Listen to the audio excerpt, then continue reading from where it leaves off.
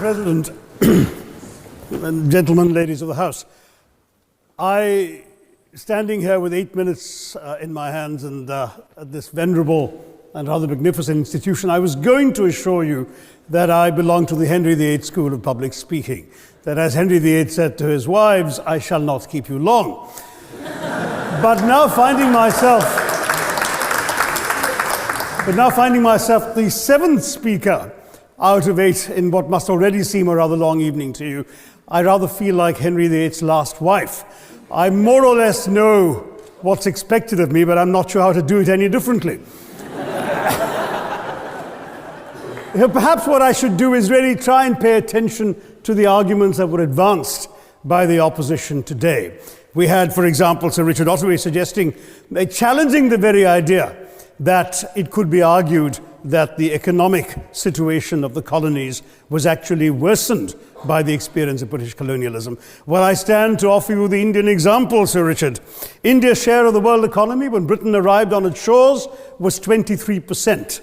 By the time the British left, it was down to below 4%. Why? Simply because India had been governed for the benefit of Britain. Britain's rise for 200 years was financed by its depredations in India. In fact, Britain's industrial revolution was actually premised upon the deindustrialization of India. The handloom weavers, for example, famed across the world, whose products were exported around the world, Britain came right in. There were actually these weavers making fine muslin, light as woven air, it was said. And Britain came right in, smashed their thumbs, broke their looms, imposed tariffs and duties on their cloth and products, and started, of course, taking the raw materials from India and shipping back manufactured cloth, flooding the world's markets with what became the products of the dark and satanic mills of Victorian England. That meant that the weavers in India became beggars, and India went from being a world-famous exporter of finished cloth into an importer, went from having 27% of world trade to less than 2%. Meanwhile, colonialists like Robert Clive bought their rotten boroughs in England on the proceeds of their loot in India, while taking the Hindi word loot into their dictionaries as well as their habits.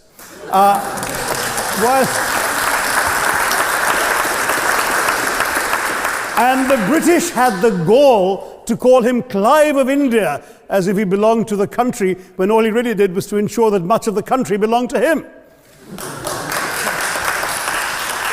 By the end of the 19th century, the fact is that India was already Britain's biggest cash cow, the world's biggest purchaser of British goods and exports, and the source of highly paid employment for British civil servants. We literally paid for our own oppression. And as has been pointed out, the wealthy Victorian British families that made their money out of the slave economy, 1/5 of the elites of the wealthy class in Britain in the 19th century owed their money to transporting 3 million Africans across the waters. And in fact, in 1833, when slavery was abolished, what happened was that a compensation of £20 million was paid, not as reparations to those who had lost their lives or who had suffered or been oppressed by slavery, but to those who had lost their property. I was struck by the fact that your Wi-Fi password at this union commemorates the name of Mr. Gladstone, the great liberal hero. Well, I'm sorry, his family was one of those who benefited from this compensation. Staying with India, between 15 and 29 million Indians died of starvation in British-induced famines. The most famous example, of course, was the Great Bengal Famine during the Second World War, when 4 million people died because Winston Churchill, deliberately as a matter of written minuted policy, proceeded to divert essential supplies from civilians in Bengal to sturdy Tommies and Europeans as reserve stockpiles. He said that the starvation of anyway underfed Bengalis mattered much less than that of sturdy Greeks. This is Churchill's actual quote. And when conscience-stricken British officials wrote to him, pointing out that people were dying because of this decision, he peevishly wrote in the margins of the file, "Why hasn't Gandhi died yet?" So all notions that the British were trying to do their colonial enterprise out of enlightened despotism, to try and bring the benefits of colonialism and civilization to the benighted heathen. I'm sorry, Churchill's conduct in 43, simply one example of many that gave a lie to this myth. As others have said on the proposition, Violence and racism were the reality of the colonial experience. And no wonder that the sun never set on the British Empire, because even God couldn't trust the English in the dark. Let me take World War I as a very concrete example, since the first speaker, Mr. Lee, suggested these things couldn't be quantified. Well, let me quantify World War I for you. Again, I'm sorry, from an Indian perspective, others have spoken of other countries. 1/6 of all the British forces that fought in the war were Indian. 54,000 Indians actually lost their lives in that war. 65,000 were wounded. Another 4,000 remained missing or in prison. Indian taxpayers had to cough up £100 million in that time's money. India supplied 70 million rounds of ammunition, 600,000 rifles and machine guns, 42 million garments were stitched and sent out of India, and 1.3 million Indian personnel served in this war. I know all this because, of course, the commemoration of the centenary has just taken place. But not just that, India had to supply 173,000 animals, 370 million tons of supplies, and in the end, the total value of everything that was taken out of India. India, by the way, suffering from recession at that time and poverty and hunger, was, in today's money, £8 billion. You want quantification? It's available. Second World War, it was even worse, 2.5 million Indians in uniform. I won't belabor the point, but of Britain's total war debt of £3 billion, in 1945 money, 1.25 billion was owed to India and never actually paid. Somebody mentioned Scotland. Well, the fact is that colonialism actually cemented your union with Scotland. You know, the Scots had actually tried to send colonies out before 1707. They'd all failed, I'm sorry to say. But then, of course, came union, and India was available, and there you had a disproportionate employment of Scots. I'm sorry, Mr. Mackenzie has to speak after me. Engaged in this colonial enterprise as soldiers, as merchants, as agents, as employees, and the earnings from India is what brought prosperity to Scotland, even pulled Scotland out of poverty. Now that India is no longer there, no wonder the bonds are loosening. Now, we've heard other arguments on this side. There's been a mention of the railways. Well, let me tell you, first of all, as my colleague, the Jamaican High Commissioner, has pointed out, railways and roads were really built to serve British interests and not those of the local people. But I might add that many countries have built railways and roads without having had to be colonized in order to do so.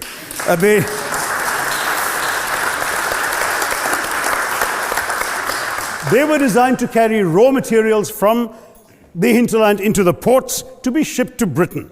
And the fact is that the Indian or Jamaican or other colonial public, their needs were incidental. Transportation, there was no attempt made to match supply to demand for mass transport, none whatsoever.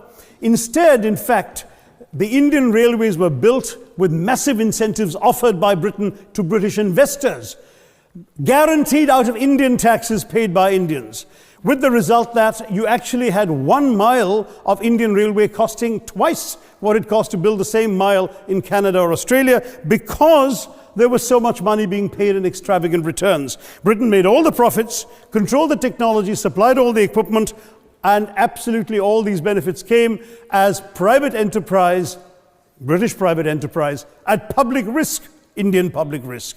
That was the railways as an accomplishment. We're hearing about aid. I think it was again Sir Richard Ottaway who mentioned British aid to India. Well, let me just point out that British aid to India is about 0.4% of India's GDP. The government of India actually spends more on fertilizer subsidies, which might be an appropriate metaphor for that argument. If I may point out as well,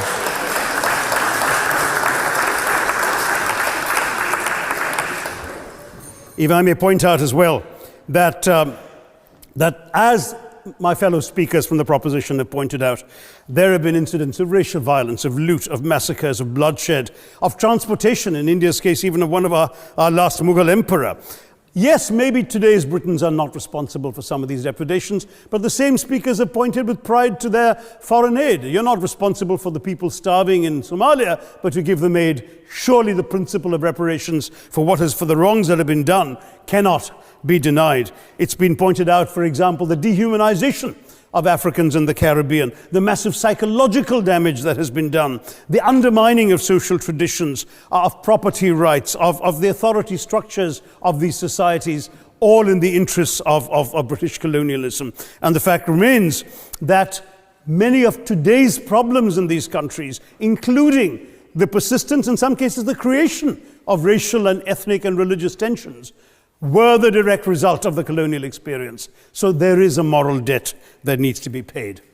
Someone challenged reparations elsewhere. Well, I'm sorry, Germany doesn't just give reparations to Israel.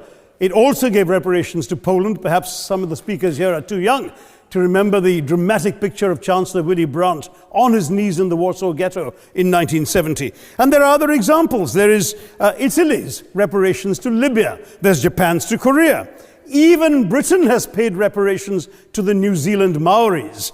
So it's not as if this is something unprecedented or unheard of that's going to somehow open some sort of nasty Pandora's box. No wonder Professor Lewis reminded us that he's from Texas. There's a wonderful expression in Texas that summarizes the arguments of the opposition: all hat and no cattle. Now, if I can just quickly look through the other notes I was scribbling while they were speaking, there was reference to democracy and rule of law. Let me say with the greatest possible respect, it's a bit rich to oppress, enslave, kill, torture, maim people for 200 years and then celebrate the fact that they're democratic at the end of it.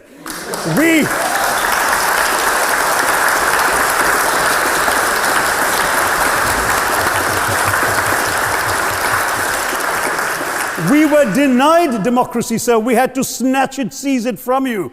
With the greatest reluctance, it was conceded in India's case after 150 years of British rule, and that too with limited franchise.